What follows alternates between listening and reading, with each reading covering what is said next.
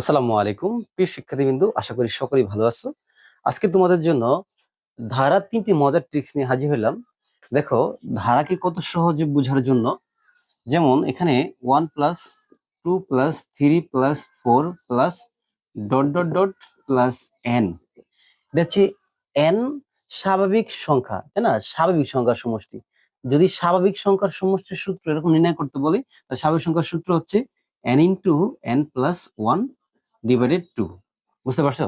স্বাভাবিক সংখ্যার সমষ্টির সূত্র হচ্ছে n × n+1/2।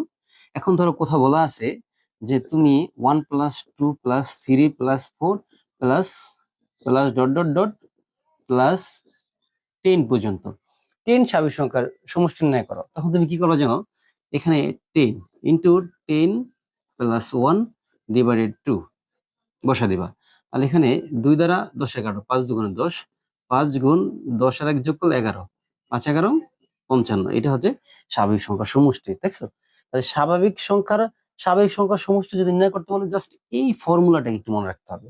এই ফর্মুলা মনে রাখলে যে কোনো স্বাভাবিক সংখ্যা নির্ণয় করতে বলো তুমি সহজে এটা পারবে। এখন এখন তোমাদের 2 নম্বর ট্রিক্সটা নিয়ে আলোচনা করি। 2 নম্বর ট্রিক্স, ধরো এখানে এরকম আছে 1+2+3+4।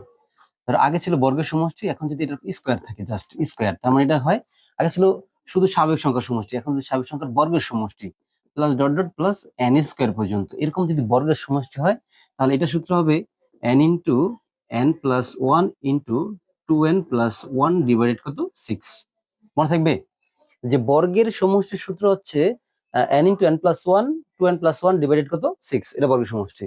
এখন জাস্ট যদি এটা মান দেওয়া থাকে এরকম যে 1² plus 2² plus 3² plus 4² plus dot dot dot plus 10² এই বর্গের সমষ্টি মান নির্ণয় করো, তখন তোমরা কি করবা? এখানে বসা দিবা 10 × 10+1 × 2 × 10, 10 প্লাস তোমার হচ্ছে 1, নিচে কত 6।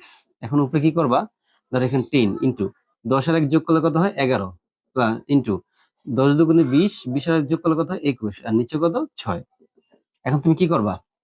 ধরো 10 11 আর 21 তুমি গুণ করবা। 10 গুণ 11 110, আর 21 গুণ করলে 2310। এটাকে কত দ্বারা ভাগ করবা?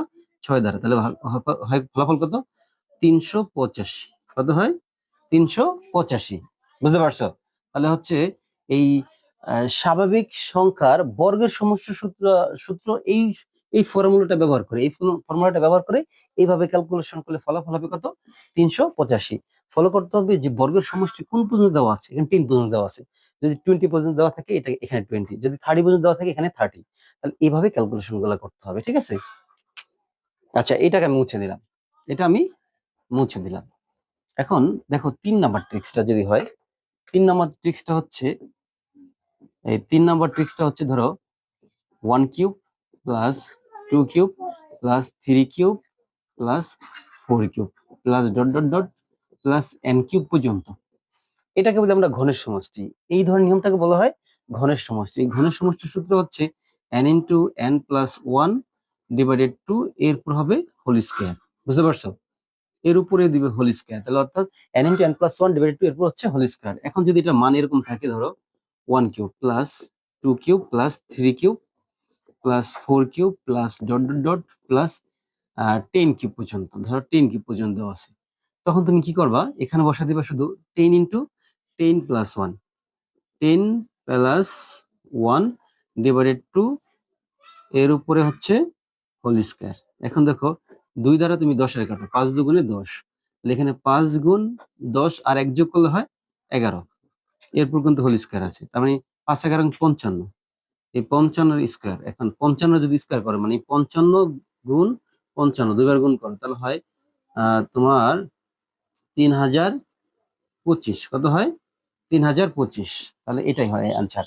যদি 55 দুইবার গুণ করো তাহলে কত হয়? 3025। মনে রাখতে হবে যে ঘনের সমষ্টি কত পর্যন্ত মান দেওয়া আছে, জাস্ট এই মানের উপর ডিপেন্ড করে। এখানে 10 পর্যন্ত দেওয়া ছিল বলে আমরা 10 দ্বারা অঙ্কটা করেছি। যদি এখানে 20 থাকতো 20 দ্বারা। যদি তোমরা ধারার এই ধরনের মজার ট্রিক্স গুলো পেতে চাও, আমাদের পেজটি ফলো দিয়ে রাখো, যাতে পরবর্তী ভিডিওটি তুমি সবার আগে পাও। এবং কমেন্ট করে জানাও তোমার কোন ধরনের অঙ্কগুলো বেশি সমস্যা, সেটা অবশ্যই কমেন্ট করে জানাও।